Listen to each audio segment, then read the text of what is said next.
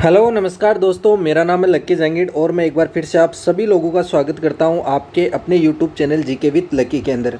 आज का जो हमारा मोस्ट इम्पॉर्टेंट टॉपिक रहेगा वो किससे रिलेटेड रहेगा कि जो भी पंचायती राज के लिए जो भी समितियां गठित हुई थी उनको हम ट्रिक के माध्यम से कैसे याद करेंगे। देखो होता क्या है कि जब भी हमारा भारत आज़ाद हुआ था सन 1947 में, उसके बाद क्या हुआ था सन 1959 के अंदर पहली बार क्या हुआ, पंचायती राज का गठन हुआ था। वो भी कहाँ से हुआ था? नागौर गाँव से।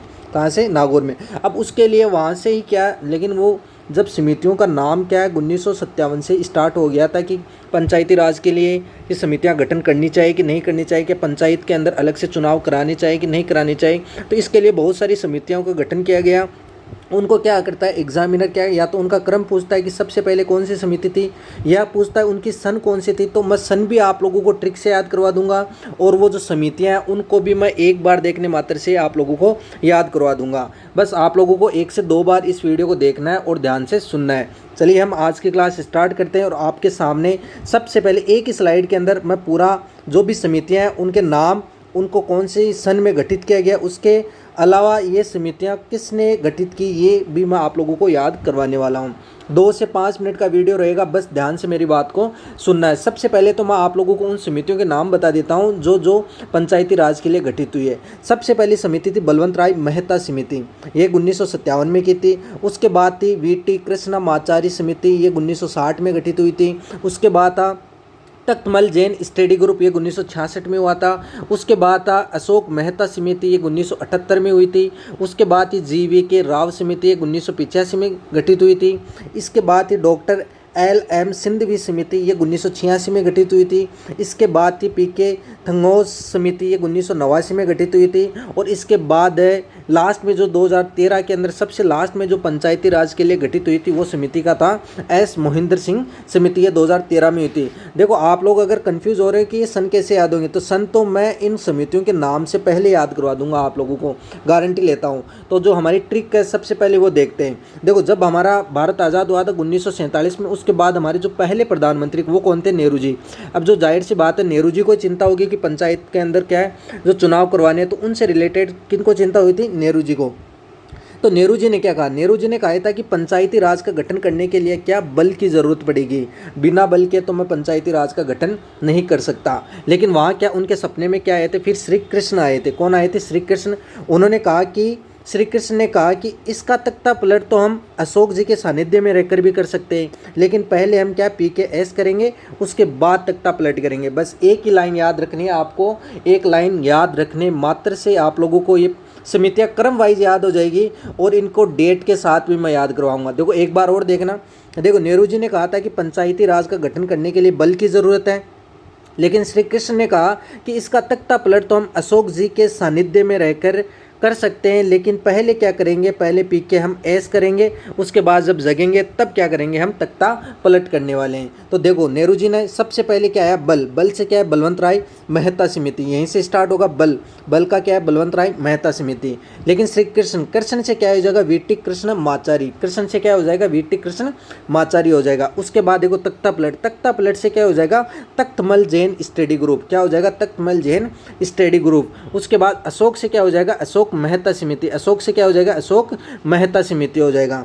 उसके बाद देखो जीके से क्या हो जाएगा? जीके राव समिति। GKV राव समिति, ये किससे हो जाएगा? जीके से हो जाएगा। इसके बाद देखना, इसके बाद क्या है? सानिध्य। सानिध्य से क्या याद करना है आपको? डॉक्टर LM सिंधवी याद करना है। सानिध्य से क्या याद रखना है? डॉक्टर LM सिंधवी याद करना है। इसके बाद क्या है? लेकिन PK से क्या याद करना है आपको? PK थंगोस समिति। PK थंगोस समिति।